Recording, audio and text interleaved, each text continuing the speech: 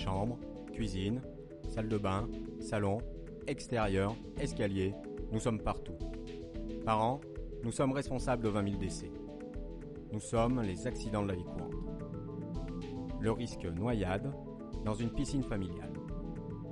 Entre 400 et 500 personnes se noient chaque année.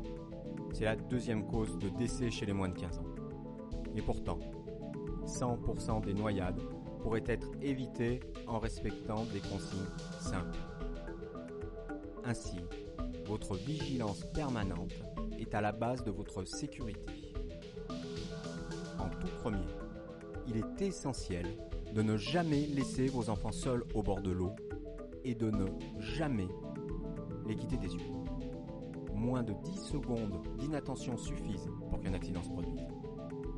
Aussi, au bord de l'eau, téléphone, sieste, lecture, bref, tout ce qui détourne votre attention est formellement interdit.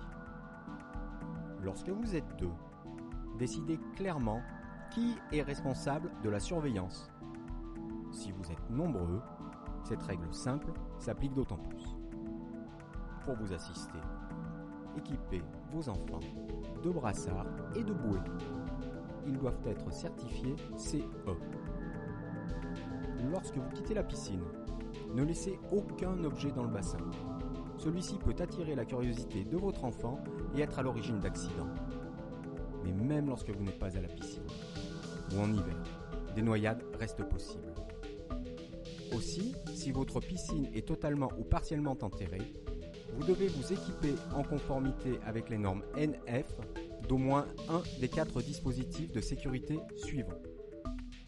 Un système d'alarme sonore informant de la chute d'un enfant dans l'eau, ou une barrière de protection, ou une bâche de sécurité, ou un abri véranda recouvrant intégralement le bassin. Le non-respect de ces obligations vous expose à une amende pouvant aller jusqu'à 45 000 € et surtout peut vous éviter un drame. Et bien entendu, pour tous, pas d'alcool.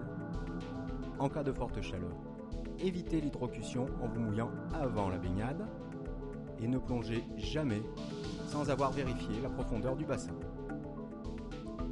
Et rappelez-vous que le danger ne dépend pas de la taille de votre piscine. Si malgré tout un accident de la vie survient, prévenez le centre. Et comme les premiers instants sont décisifs, formez-vous aux gestes de premier secours.